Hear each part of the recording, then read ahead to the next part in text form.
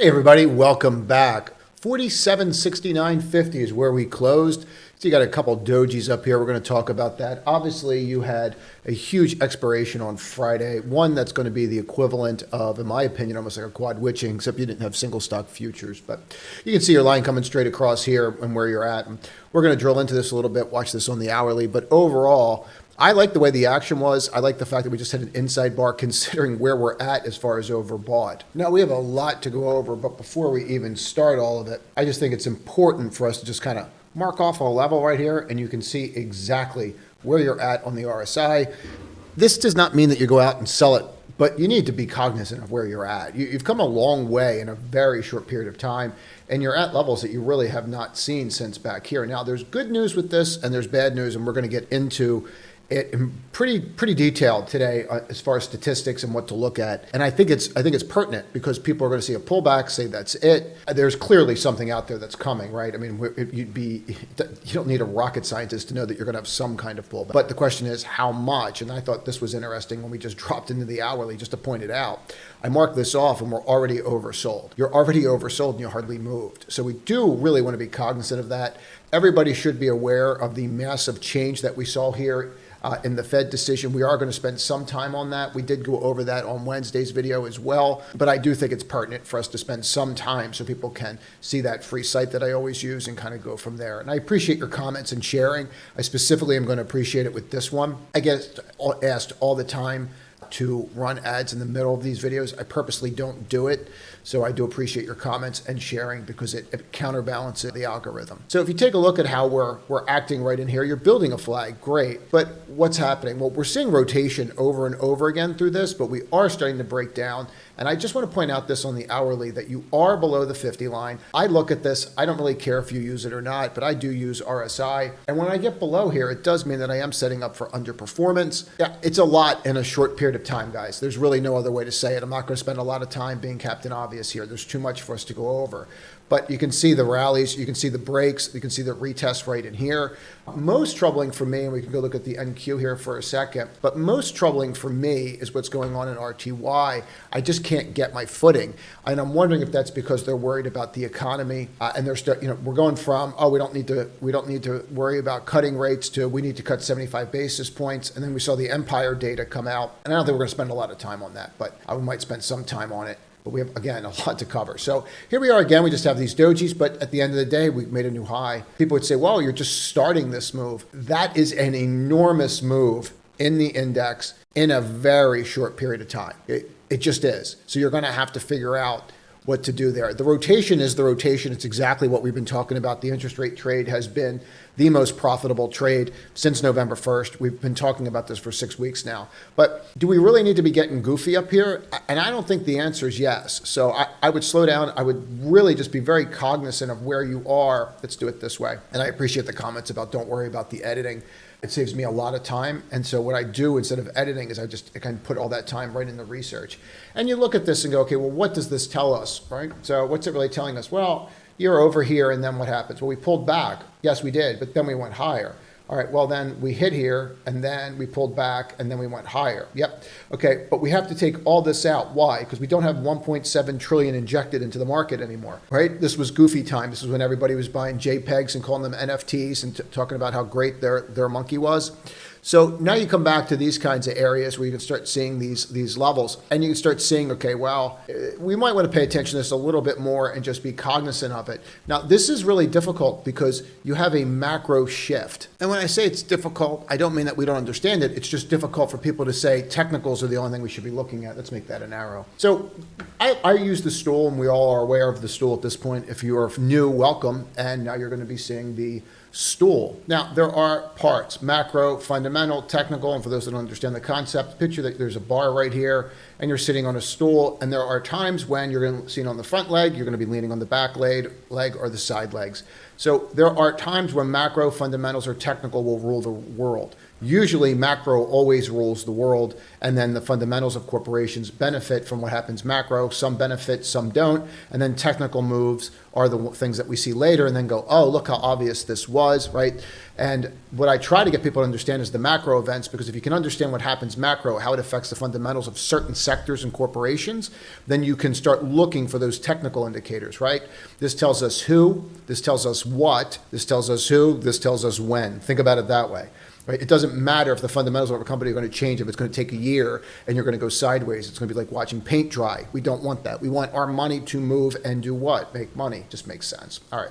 So here's on the macro side, and this is what you have to wrap your head around. You had a massive change in monetary policy. And essentially, we had a group of people at the Fed that said interest rates are going to go up, and I don't see any reason to cut them anytime soon, and I think we're just fine. But, if Fed keeps rearing its ugly head, then we're going to really have to do something. We might have to raise again. It was 4 weeks ago when these guys were doing their press circuit tour every hour. We have a new Fed guy coming out saying raise rates. So then we're starting to think, well, maybe we're going to go sideways on rates. Right? Then we went into, oh, by the way, guys, we're probably going to cut 75 basis points next year at least. And we don't even care if there's a recession. We're just going to cut anyway. So there's a couple things to take away here. And we'll drill into that in a moment. But there has been a massive change in monetary policy. And that major shift in monetary policy, to me, is good. And the one thing that I would say to you is, and we're not going to do it in this video, you have an area where you are going to cut rates. And at the same time that you're going to cut rates, you're going to have increased productivity. Okay? You're going to cut rates and you're going to have increased productivity. I see a lot of this on social media. And this is always why I say, cull your feed. Watch who you're listening to. Because when you have a drop in rates and you have an increase in productivity, you've only seen that once. Okay? Really, you've only seen it once. It's happened in 1995, February 1995, and it happened with Ellen Greenspan. And you had the single greatest move in the Nasdaq that you've ever had over 3 years. It dwarfed what happened during the pandemic. And you're stepping in front of that train right now. Another video, another time. Go back and look at that data when you have some time. I will cover it in another video, but it's just going to be too extensive to get into right now. So we understand we have a major shift in monetary policy. We understand that this is what, this is who, this is when. Okay, so if we're looking at that and I see this, I have to still be cognizant of the shift. So if I have that shift, we'll remove that for now. If I have that shift, what does it mean? It means that maybe technicals are going to get even more skewed because of the macro shift and that people are that out of position with what's really happening out there. And so I have to be cognizant of that. So if when we drop down and drill into a weekly, we have to look at this and go, okay, well, we're not really that overbought level. We just came down to the 50 on the weekly and we bounced. All right, well, that's important for us to note, right? Like, that's not crazy where we are right now on a weekly. So maybe on the daily, we might get overextended. The hourly is already oversold. So is it possible that we just keep rotating? And the answer is, yes, it is. It's very possible, and I think we're seeing some signs of that. So if you go take a look at like the cloud names the other day, I'm going to show this on the weekly. So if you look at the cloud names the other day on Friday, well, they were long and strong. Out of nowhere, people were buying the cloud names, and look at how they closed at the high. This is actually called a Marbuzu Black. Okay, this is a very specific kind of bar. See how you have one here as well? Why is it so specific? You don't have any shadow. If you don't have any shadow, there's a high degree of probability of you don't have any shadow that bar will lead to higher prices. No shadow, very small shadow, higher prices, very small shadow. Get it? All right. So you can always look that up. There's a book. If you ever want to read the statisticals behind this stuff, there's a great book by Bulkowski on it. You can just get it on Amazon. Candlesticks. Read anything by him or Neeson on candlesticks. Neeson's the one that actually brought it to the West. Both books are really good, and I would read both of them if you like candlesticks. I like candlesticks, if you can't tell. Anyway, so here we are, and this is us setting up on clouds. Then you can take a look at the SOX. All right, well, the SOX is at all-time highs, right? There it is, me in the newsletter being Captain Obvious. If you don't get the newsletter, I strongly suggest that you get it. It's free. It comes out daily, what you need to know. And it also comes out with, we go cover the week ahead, the week behind, and it's free. So I would get it. Link in description, and I'll also try to pin the link. I will remember this time. So here we are, and we're breaking out. Does this look like we're overbought? Not really. So we can drop an indicator in anytime we want and find an indicator that's going to tell us what? That we're overbought, right? Or oversold, or this or that. Remember, what, who, when, right? That's what we have to figure out, okay? That's why we're looking at the stool. Don't make me break out the stool again, but here we are. right? What, who, when, okay. So are we just going to rotate through these? I'm starting to lean that way. We had this really great trade in AVGO. I'm going to segue, and we're just going to find new leaders. They're just going to start understanding the players, and we're just going to find new leaders. I think AVGO is going to be one. I think ARM is going to be absolutely huge. It's funny. They had a lot of people that were looking at ARM the other day and saying, "Oh, it's selling off. It's selling off. I don't know really what to do about it." And then you look at it by the end of the day. Now you're closing at all-time highs again. I would not sleep on this. This is named Goldman's all over. I don't want to get into names yet because there's trades I want to walk through, and there's a ton that I really want to get through today. But let's get back to RTY and what happened here. So we can see right again here that we're over that 89, 83, 84 level, but I think it's more like 84. But this is what I was telling everybody in the room the other day. Don't get giddy. You've been here multiple years. You've been here, and we keep getting Matumboed right up here, right, over and over again. No.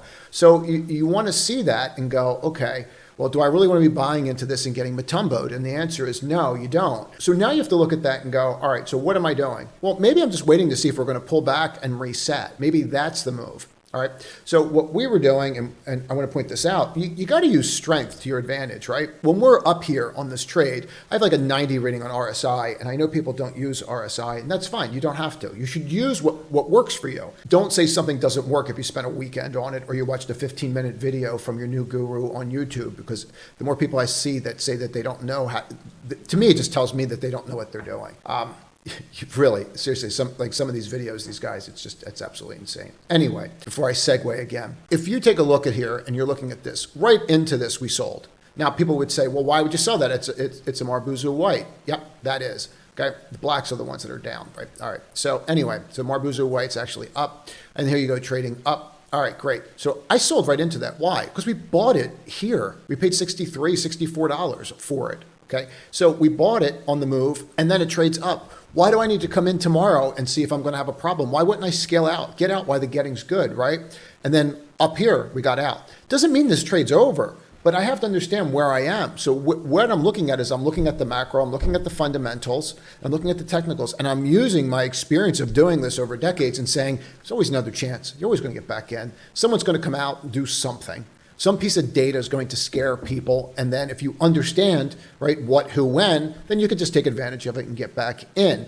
Point I'm getting at here is that the sectors that look like they're going to rock and roll, they might be taking a break, okay? So you start looking at the Homebuilders, and we're going to walk through this day trade I did on LEN and show you why it worked, and it's actually going to be part of what, who, when in a moment. But if you look at this, you can see, well, the Homebuilders are breaking out. Is that over? I don't know, but I've got a 91 rating on RSI. Now, if I went back and historically looked and said, if I buy when I'm here on a 91 rating, how does my life play out on that trade, right? How do I usually do here, okay? And the answer is, I don't know. We haven't been here for 10 years. So that seems like it might be what we refer to as a pickle. And so is the monetary policy going to be strong enough to lift this to levels that we've never seen before over a decade?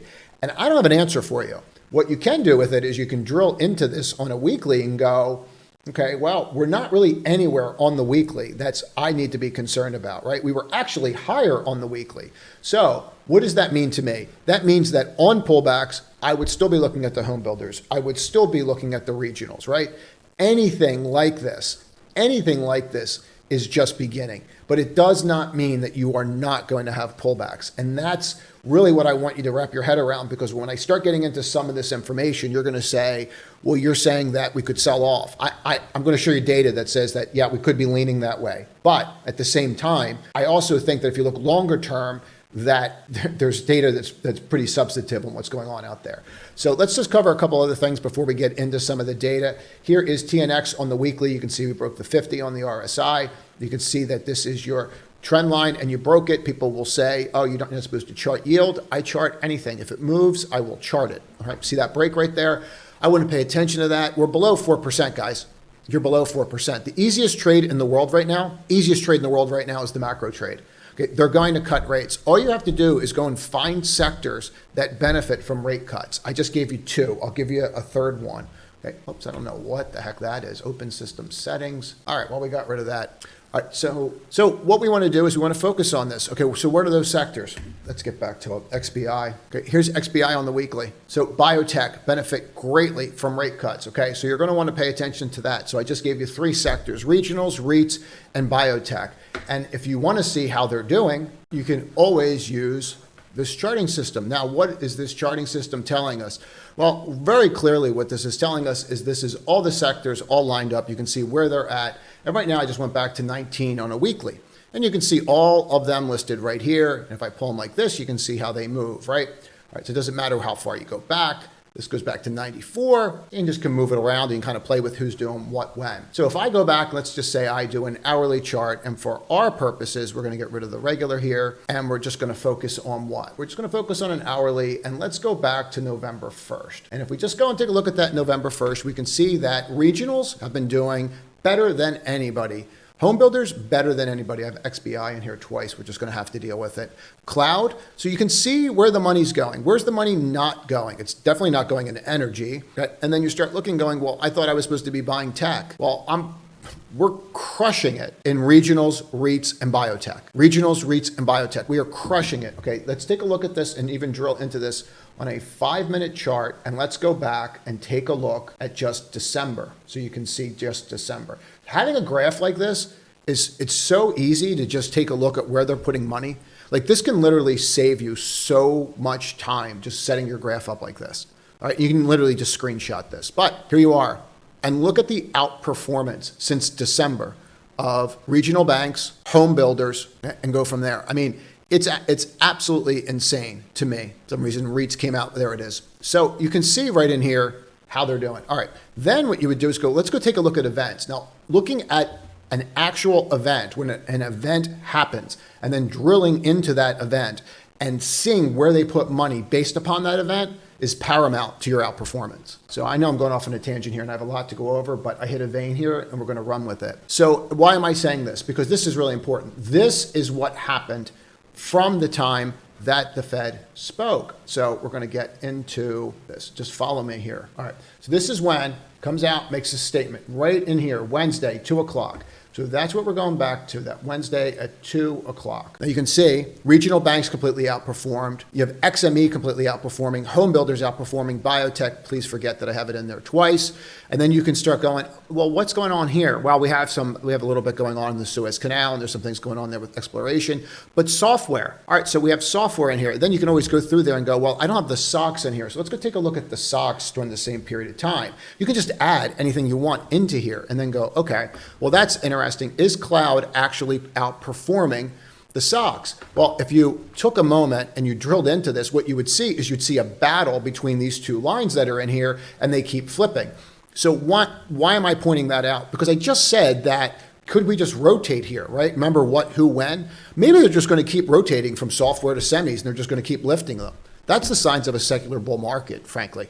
So maybe that's what's happening. But look at REITs, and you start looking at REITs and going, okay, well, how from the 14th? As the data comes out and people digest the data, what happens? Home builders are up, XME's up, KRA, SOX, Cloud, XLA. Okay, so as they're digesting the data, what's happening? They're starting to put more and more money up here, and they're getting out of utilities, they're getting out of XLP, they're getting out of XLV. Well, what do those sectors have in common? They're all defensive sectors. So they're selling the defensive, they're buying the home builders, they're buying the regionals, they're buying semis, they're buying cloud.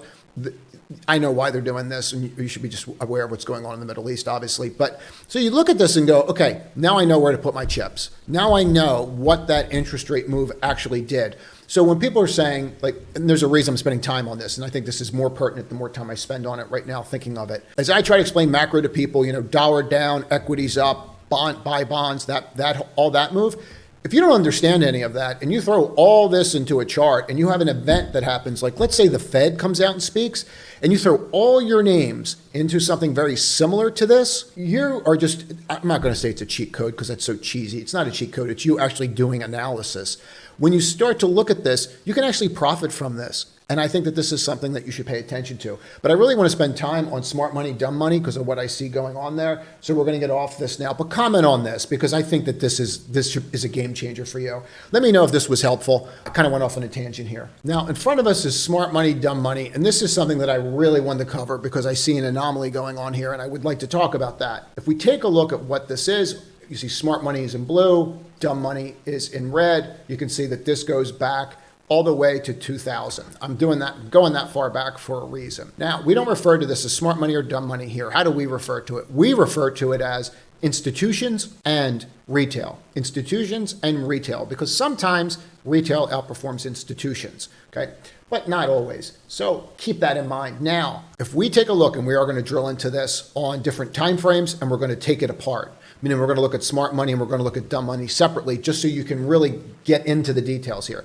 So stay with me because this is something that you have not seen in some time. So what I'm going to do is just do the most basic of things and take that line. I'm just going to drop a line there. And then what I want to do is just say dumb money or retail is in red. And I'm just going to put marks here so you can see something. All right, so you see those marks? Let's put one here too. All right, so in 24 years of them charting this, you have when they right before they put 1.7 trillion in the market here, right? Remember everybody with their JPEGs? All right. So here we are. That is absolutely insane buying, absolutely insane retail buying, like super aggressive buying. You haven't seen that since 2009 when you came out of what we're dealing with here. Okay. So what does that mean? What am I telling you? I'm telling you that they're massively aggressive buying and usually this does not end well. Now, the question is, did monetary policy affect this? And because the massive shift in monetary policy. And if the answer is yes, then how does this play out? I'm not sure, but I would not sleep on this. Now, when we start drilling into it, and here's the thing, guys, you don't always have to have the answers. You don't. You just have to look at the data and be aware of it and then figure out how to interpret it, right? And that actually can even play in the day trading, and I'll show you that in a little bit here. But this video is packed with stuff. I actually prepped a lot for this video. So if you take a look here and just go, okay, well, there it is, and there's 20 years. And you can see that a little more clearly and go, wow, he's right every once in a while, right? Even a broken clock. So if you look at this and go, okay, 1, 2, 3, 4, all right, well, what happens during those periods of time? Well, sometimes we actually pull back and then go higher. Yeah, sometimes we do. Okay, so that's 20. And then we're just going to keep going and just drilling down into this even a little bit deeper and go, okay, well, here we are, and here's 10. And I know you're like, yeah, I got it, move along. There's more to it. So if you take a look at how that's playing out right there, what are we seeing? Well, we're seeing a movement of, like, I've never seen it. If you really see what I'm starting to show, like here, let me do it this way. If you really see what I'm starting to show, and we come across here and we see this, you have never seen this. Like, I've never had this reading. And I'll show you what I mean by that. You've come up, worked down, and then hit it. You've come up, worked down, and then hit it, right? Can see, come down. We're going to drill into this in a minute deeper. And then hit it. Come down, and then straight up. And that's the best sound effect I have for you right there is that voop. So if you look at that, that is just a monster move where retail's like, we are out of position. I've got all this money in money market accounts earning 5%. And now I've got names that are starting to go up, right? That's where the consumer finance names were moving, like UPST and Affirm. It's a macro shift. Please understand that if you take one thing away from this video, there's a lot in here already, but if you take one thing away from this video, please take that. So then we go, okay, well, that's great. That's 10. Here we are, 3 out. Now, why are we not using this? Say it with me. 1.7 trillion was injected in the market. That's when everybody thought they were really smart. We know how that ended. We'll leave it at that. So here we are. And then if we drop this right here, we can see that the last time that this happened was right here. All right. And we can see that that's where we're at. When did we have to worry? When we broke here. You don't have to worry until you break. You're not breaking yet. So the question really that needs to be answered is, are we going to just do something like this for a period of time and stay up here over extended retail buying? Because if we have overextended retail buying like we did here, do we really need to worry? Is this something I really need to be concerned about? And the answer is probably not. And the only thing else that is troubling is usually when smart money comes in, and I waited till we had 3 years on this, usually when smart money comes in after breaking down here, you'll see these moves, and it usually leads to some kind of pullback because smart money is looking at valuations and things like that, right? And then when they start to buy, you start to get concerned. But what do we have happening here? We have something happening that we really usually do not have happen. We have dumb money, retail, and smart money doing what? They are buying at the same exact time. They are buying at the same exact time. So the disparity between the lines is not increasing as dumb money pushes higher. And you always want to watch the spread, right? The devil's in the details, right? So it's the spread that always leads to this. When you have these spreads, that's really what's leading to these peaks. So are we really getting that spread? Are we getting an outlier based upon a change in monetary policy? If I say it long enough, people will get it. You dive right into here and right into here, and you can see where you're at. Now you can see what I'm talking about with these spreads and how the spreads got wide, and then when they went narrow, you peak, right? Wide, and then went narrow, you peak, okay? And then you went narrow, and you peak. All right, that's not rocket science, is it? Okay, simple enough concept. But what happens if they both go up at the same time? I don't know. I don't have the answer. I know that you're not getting narrower. I know that you're staying the same. But is there some kind of reckoning coming because of this? Maybe. And it's a concern. But the breadth of the market is really good. Now, also, do me a favor, comment below if I'm throwing too much into one video. I did worry about that when I started packing this video in and started prepping for it. And again, not having to edit and just get out the information, I can just pack it. It's just so much easier for me. So here we are, and just see it by itself, right? There it is, all by itself on a 3-year, and you can see where dumb money is and how many times you've been here. And to me, we negate this. We actually negate this entire move because you're never going to see that again. And what you're going to see here is you're just going to see right where we're at. I mean, it's glaring, man. It's really glaring. So keep that in mind. And let's take a look at smart money. You can see where you're at right here, and you can see how you're poking up, right? So you cross the line and then you're rallying up. Cross the line and then you're rallying up. All right, makes sense? And here we are, and this is just really a 3-year chart or a 5-year chart. Apologies. And you can see right here on smart money how you're crossing the line and you're still going up. And usually when you start to cross this line, you start to sell down. And we're not doing that except for here, and we know why. All right, so keep this in mind. I separated it out. You're at one of the highest levels you've ever been in history on dumb money. The question is it because of a change in monetary policy? Is there too much froth in the market? Does it make a difference that smart money's coming in and buying right behind it? Remember, just remember what we're going through with the stool and where we're at. And I think that it can negate itself, but a lot of what we've gone over already is showing that there's been a big move in a very short period of time. Now, before we go into the next data set that you really need to pay attention to, that's going to show why this could continue for some period of time. And I really want to explain this because this is where people get confused. When you're looking at smart money, dumb money, you're looking at a short-term to medium-term indicator. That is not something that you're going to look at and say for years because smart money or dumb money is doing this. Really what that's going to do is something that you're going to look at for like a couple weeks, and then it's going to do something like this, right? And it's going to make a decision. It's more of like what's going to happen over weeks or maybe a month or two. The data set that we're about to go through shows you how this plays out over a much longer period of time, right? So we all know that we have like bull or bear markets in like a day. You can even say, oh, this is a bull market right now, this is a bear market, like intraday, right? And then you know that you're going to have it in weeks, and then you're going to have it in months, and then what's going to happen, right? Then you're going to have it in years. So what you want to do is you want to understand where you are, as I always refer to it, in the food chain. And then what you want to do is refer to it, what's the longer time frame, because that shows you how you can actually deploy capital for longer periods of time, which is really how you make money. Wait, the longer the time frame, the better you'll do. It's just the way that it is. 10-year treasury, constant maturity, 2-year. What is this? Okay, this is the yield curve that everyone's always crowing about, saying, oh, we're clearly going to go into recession because of where we are. Maybe, maybe not. Usually what they do is have an election and then tell you a year later you were in a recession. So here we are, right? I mean, Reagan really wasn't running around back in the day saying, hey guys, we're in a recession, was he? So if you look at where you're at right here and you watch that level and you watch this level here, you can see where you were at. You can see how bad it was here in the 80s. What I really want you to take away from this is 82.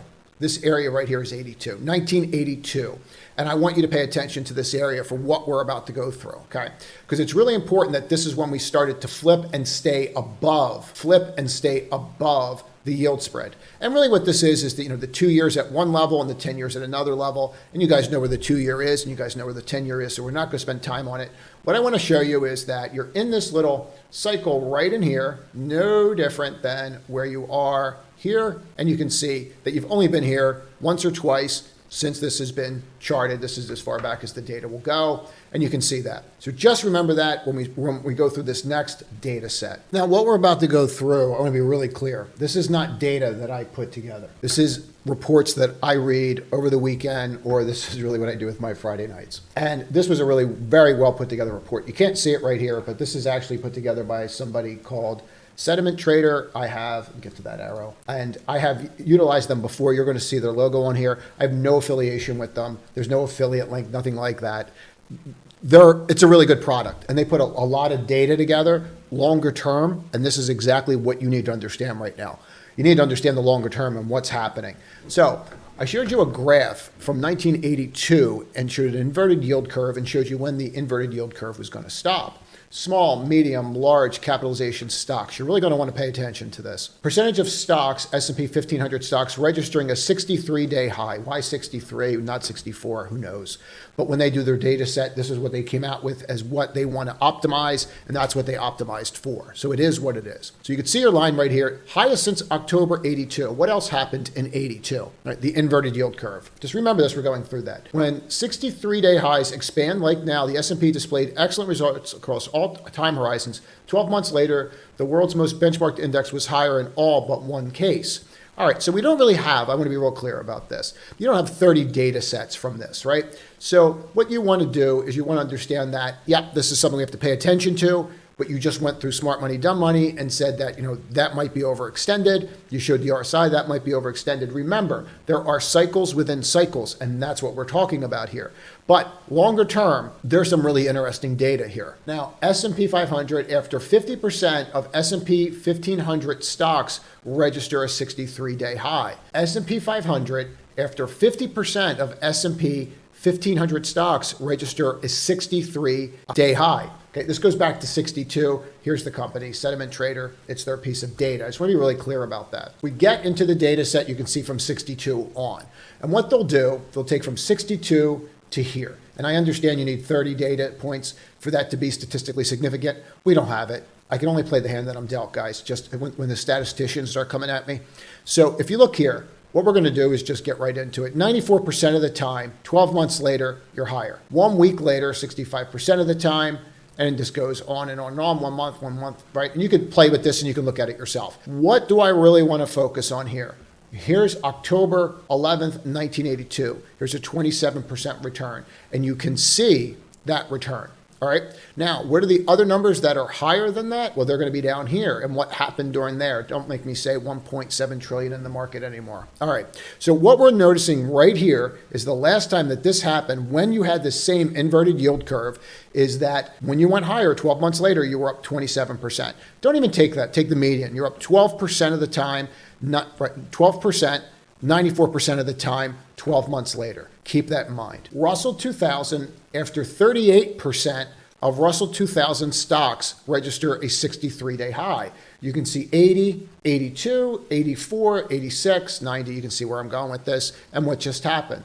Russell 2000, after 38% of the Russell 2000 stocks register a 63-day high. 12 months later, October 11th, 1982, 54%. October 11th, 54%. 6 months later, 35%. A week later, you see where I'm going with this? All right, so where are we going into? What I always wanted to focus on, and I did it in 23, and I'm usually early, I focused on this is going to be the year of alpha, right? It's even why I named our community Alpha Chasers, because you're going to start looking to it for alpha. What's alpha? Alpha is identifying edge or finding stocks that are going to outperform. You need to start focusing on the small cap space. You might not like the movements, you might not like how they're moving, but that's where the money's going to be made. The majority of money that we've made over the past 6 weeks has all come from smaller names. We've done well with the larger cap guys, but if I compare that to my UPST and my Affirm, those kinds of moves, it pales in comparison. And they're not short squeezes. They're corporate finance bets. There's a huge difference on why those stocks are moving. So here you are at 23.6%. And I wonder how we did October 11th, 54.6%. Okay. This is falling right in line with what just happened and where we are in the yield curve. A massive number of small cap stocks are breaking out Russell 2000, percentage of Russell 2000 stocks registering a 63-day high. You can see where you're at right here. Massive number of small cap stocks are breaking out Russell 2000, and they're showing you the level here. Russell 2000 relative comparison to the S&P 500 net. Russell 2000 relative comparison to the S&P 500 net percentage. So they're netting out the relative comparison, all right? Just understand that. They're saying, how did the Russell do relative compared to the S&P 500? And they're just showing little data points. All right, so if we go to October 11th, 1982, you can see 27.6% relative comparison of the Russell to the S&P on a net percentage basis. Something you want to pay attention to if you're trying to generate alpha, which you are. Now, you have an understanding of where smart money, dumb money is. We know where that is, and we know why we need to be paying attention to that, right? So we know that that's definitely something that we need to pay attention to. All right, what else do we need to pay attention to? We need to pay attention to the Russell. Why do we need to pay attention to the Russell? We just went over that in great detail. So now we're fully cognizant of what we need to pay attention to and why we need to pay attention to it. Let's get back into candles. And what we should focus on now is some fun stuff. In other words, what name should we really be watching and where do we see this going? So the first thing that I would always say to people is you need to start planning for what's about to happen, right? If you start planning for what happened, it doesn't really work. So you want to plan for what's about to happen. You're about to go through silly tax season from now to the end of the year where people sell their tax losses. You need to look at what those names are and start prepping for January and then what names are going to move based upon that. I'm watching this IEP. I would put this on your radar. It's been an absolute dumpster fire, candidly. I married puts to it. My puts expired actually in December. So I actually have done fairly well trading around this thing, but it's just been an absolute dumpster fire. So I know the NAV is still like 8.5, something like that, but you're paying out $1. It's going to pay out that money until he's no longer running the company. I think something like this, you're seeing people take massive tax selling against, and when they realize that they might still be getting $1 on an $18 stock or a $15 stock in January going into next year, buying this and marrying puts to it might not be the worst thing to do for 24. So I'm kind of looking at setting a longer term trade up on this, but this is definitely, I'm just going to tell you now, something that is on my radar. I'm going to give you a couple other ones that are on my radar as well. A bunch of stuff I want to go through right here, guys. But ARM, this is definitely something that we've been playing with long term in the room. We're doing quite well with. This needs to be on your radar. So out of all the AI names right now, the one that was the most net positive out of NVIDIA's quarter, according to Goldman Sachs, was ARM. We've done very well with the trade so far. I would not sleep on new companies that are semiconductor companies that focus on AI that just happen to be hitting all-time highs. I don't need anything else under it. We know that everything's going to be lined up perfectly. Why would I look at an RSI or a MACD? It's silly. Just look at the chart. That's all you need when you see something like this. So you can see how you're sitting right up here and you're getting ready to flip. I would not sleep on this name if you're looking a little longer term. We have seen names like AMD start trying to rally, and now you're getting some dojis up here. The most important thing about AMD that I want to talk about is her comments. So when she came out and commented on the space, I think what's most pertinent is what she said on and this is why the stock went up. So when she first saw the market for AI chips, she said that it was going to be about a $150 billion market. That's what she said. This was roughly, just so we're clear, this was back here, okay? Since then, she came out and issued a statement here, and that's why the stock went up, that she sees this as a $400 billion market opportunity, and that's why they're committing even more money to the space, and they want to challenge NVIDIA. Whether or not they're going to be able to challenge NVIDIA does not matter. What matters is they're going to try. And if they try, just like when you're digging for gold, you need the picks and the axes. If you need the picks and the axes, you need LAM Research. Right? And that's why you're starting to see names like LAM Research, AMAT. That's why these names are all breaking out, KLAC. All of these names are breaking out. Semiconductor equipment manufacturer names, you need to focus on. It's a really very interesting space right now. ASML, people would say, well, what about ASML? Yep, it'll follow, but if you don't have the equipment to utilize what ASML sells, then it's kind of pointless. And then people will start saying, well, Taiwan Semi will go up because people are going to use more capacity. Yes and no. The problem with Taiwan Semi is that they're already completely at capacity. Actually, AMD's real problem is who's going to manufacture the chips, because Taiwan Semi's at capacity. So then you start looking at guys like UMC, right? UMC is also a foundry no one's talking about. Can they tool up fast enough for something along the lines to start helping generate more of these chips? I don't know the answer to that. I do know that AMD, UMC, Samsung, Taiwan Semi, they're all going to try, and who's going to benefit from that? Lam Research. These kinds of companies, AMET, KLAC, these kinds of companies are going to benefit greatly from that. You can see my cup and handle here and how it broke out and how great it looks. Currently, I do not have a position in this. It is something that I'm watching very, very carefully, and is definitely where I would be going. Remember, the names that moved in 23 are not the names that are going to move in 24. You're going to see completely different kind of names move. And you're going to see tons and tons of mergers, by the way, and we're seeing that as well. If you don't know what names are going to break out and what names are going to move, I would strongly suggest that you look at LABU. This is something that we bought a while ago, but I do think this is just getting started. I think we had 3 or 4 that got done in the past 5 days, 3 or 4 new names that are going to get bought. IMGM was one of them. ICVX, I believe, was another one. So all these names, you're just going to start seeing deal after deal after deal, especially going into next year because you have so much capital sitting on the sidelines. It's to the point even Goldman issued a statement where they were saying, start buying the M&A companies because they're going to do so much business like Lazard, these kinds of companies. And if you look at these stocks, they're all setting up to break out. Lazard, Moelis. Well, where's Moelis? Is it MC? Let me see if I thought it was MC. There it is, MC. Why'd you give me Louis? You can start seeing all these names are breaking out. This was a couple of weeks ago we looked at these, but why are they breaking out? Because they do M&A activity. Okay, that M&A activity is going to just skyrocket in 24. That's why this sector is actually going to outperform those 2 names I just gave you. Are probably going to outperform the XLF. If you go look at the XLF, it's on fire, right? You go look at JP Morgan, on fire, right? Those 2 names I gave you are setting up to outperform. What's really interesting about what you're seeing here is just the amount of money that is flowing into these names. Goldman will benefit greatly from this, by the way, because they're very big on M&A activity. But if you're just looking to play the space and companies that actually do that, please stop giving me that name. I would focus on Moelis and I would focus on Lazard, because that's really what they do. So they put these kinds of deals together and I'd pay attention to that.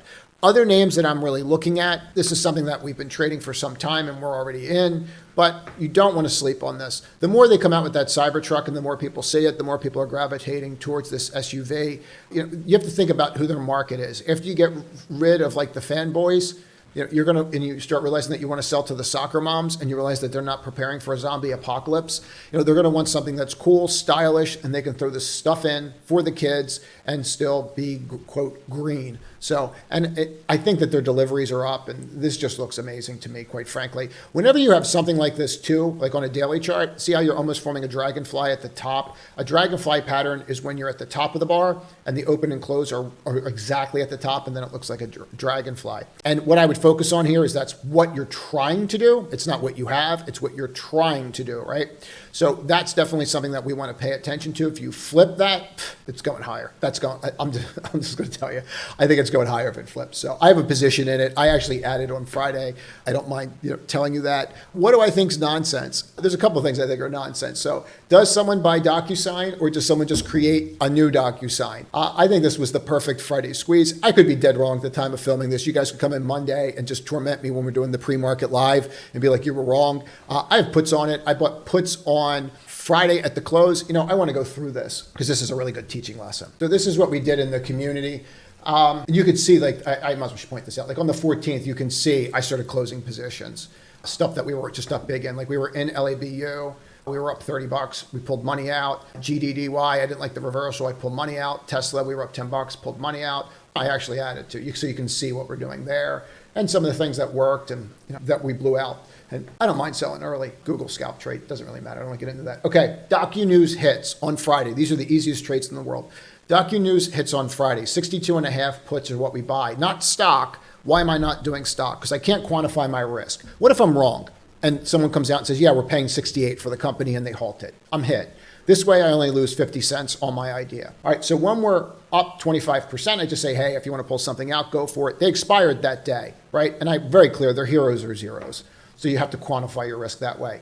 And then it's clearly more prudent to trim. Then we were up 75%. If you're not trying to hold, use limits, trim. I trimmed again, trimmed again, trimmed again. Okay, so I made 100% on those options in a very short period of time. And how did I do that? I'm going to just kind of walk you through this trade because this is really pertinent. I don't know if this gets done or doesn't get done. I do know by looking at a chart how you can profit from this. So let's drop this to a 1 minute and really dive into this. So what I'm watching is everyone's all giddy, all excited because the company's going to get bought. I don't see it, but weirder things have happened. So You're watching how the name's trading up and you're watching how it's rolling. All I'm watching is I'm waiting for it to start getting tired, and I'm waiting for these spikes in the name.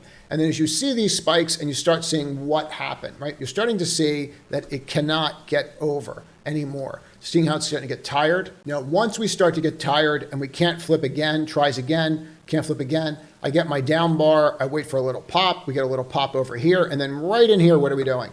We're putting on that trade. Okay, right in this area, we're putting on that trade, can't get over, Matumbo down, can't get over, trade's on. Then we're just watching it, and all I'm doing is watching it. But if you take one thing, if you're a short-term trader, take this piece of advice. What you want to do, if you're doing this on a Friday, which are the best days to do this, you want to put your limits out there where you're willing to get out. And people say, well, I don't want to do that because I might do better. And you also might do worse. But the bottom line is that option trader, the guy that's making the market, he's going to see your order. So he knows if he takes it down there, he might be able to reduce his risk. You'll be able to get out of it. So when this started to happen, even though it didn't get to that level for very long, I was able to get out of those options at 90 cents and $1 that I paid 50 cents for just by having those down here. Now, people say, well, you could have done better. I'm not dealing in, I want to just get the best price ever because that's a recipe for disaster. I want something that is consistent that I can replicate and repeat over and over and over again and pull money out of the market. This works. So when you're getting that positive slippage on your puts, your orders are already down there. So when that guy that's in that position, if he's out of position, the market maker going, oh, I'm hosed. He might just see your order and just go, just give me this because I'll reduce my risk and I'll average the whole thing together. So you're getting positive slippage into this. And then all you're doing is just the most simplest of indicators, not to show you what I was doing. I was just watching it. And then I'm like, okay, well, here's the 9. And then you can start seeing how we're starting to crack the 9. Then we start cracking VWAP. And then even if you just look at it on a 5, and you start to see it, once you broke that and you broke right here, that was really it. That was pretty much the end of the entire trade. And it never really came back from that till the end of the day. And then you had people that bought it at the end. So I thought that was something that is worth, there's a lesson in there that I think is pretty pertinent for those that want to day trade options. You might want to pay attention to that. And again, I want to just go through things. I'm not suggesting with some of the names I just went over that you shouldn't be looking at like PAN and these pullbacks that you're seeing. But what I'm saying is that you might want to start looking at other sectors, right? Like people don't understand how much VNO could possibly go up. We're in this at 23. People are not getting the amount of leverage that REITs have when yields drop. They're not getting it at all. And if you go back historically and look at this, you'll see it. But for me to think that this could get back to 40 in a very short period of time, or SLG, for example, that's still trading under book value and paying a dividend, which is kind of insane that it's still trading under book value. Book value is like in the 60s, mid 60s. This is crazy. It's still under book value. And you have a bunch of these guys, and it's up to you to go through them and pick which ones you want to be. Like HPP, people might not want to play because of where you're located. They're like San Francisco and LA. Everyone's leaving there. Okay. So anyway, you can see where I'm going with this. Like these things are trading significantly under book value. And all I keep hearing about is the death of real estate, the death of real estate. But you know what? If they lower rates, they're levered. Just like they're levered, even the home builders are really levered because you have people that are paying an astronomical amount of money in rent, and they're sick of it and they want to buy a home. Now, if yields come down, they can buy a home. And this presents a really good opportunity, but are they a little frothy? To some extent, but this is really, again, if you understand where we went with the stool earlier, how you could really benefit from this. And I'll show you what I mean by that. So when LEN came out, let me just clean this up. So when LEN came out with earnings, everybody was focused on the past and looking at it and going, oh, well, that really wasn't a great quarter and I really don't like guidance. That was a quarter based upon the fact of where interest rates were right now. So everybody sold this down. All we did was buy it.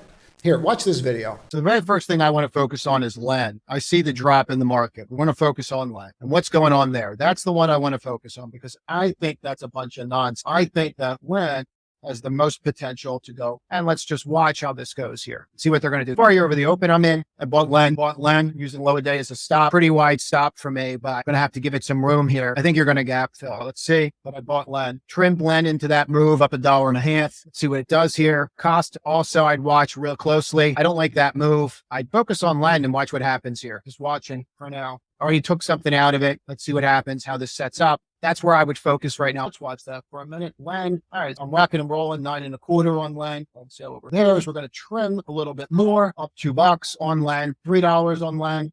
Trimming. All right, so I bought LEN 50. It stopped, sold into this, got about half the position left, but I like it. On the LEN trade, I'm just going to use the rest at break even, and that's it. Break even's like down here somewhere. Yeah, I was the simplest trade in the world today. It made absolutely no sense whatsoever. None. Why that was down, like literally none. $4 now on that trade. What you would do is just use this wick now. I'm just going to watch for the gap fill and see, let it build. I got to watch 9:45, but I think you could just keep pushing now. But let's say first real resistance on LEN is going to be right here. But everybody dumped on yesterday's news. Who cares? They're cutting rates. Like, you had to think that institutions were going to kind of figure that out, right? If that bar forms like that, this low will be my stop on the entire trade. I won't go past that now. If this forms, I got 3 minutes. We'll see if it forms the way I think it is. Forms that way, then that's how I'm going to look at it. The gap fill, I might close some. They gave us a great entry into that. I might just hold on. Let's see what happens. I don't want to speak prematurely. Watch 9:45, and then you can make some decisions. See, if I start getting this kind of nonsense, I'll have to make a decision. 2 minutes, and then we'll get this data. We'll get a better sense of what's going on out there. Up almost 5 now in this LEN. Actually, I'm now up over $5 in that LEN, just sitting with it. The whole LEN trade was that you just had a bunch of people that sold based upon yesterday's news, which is kind of silly. But I would just, right now, we're just going to use that level right here, 50.90. I'm actually going to use the low of that bar once it forms, 15.75 on the whole trade, and I'll just kick it if it breaks there. That's my stop on it. Now, I could be early. Wouldn't be the first time. We all know I've been early. Percent out of LEN. Nice trade. On to the next one.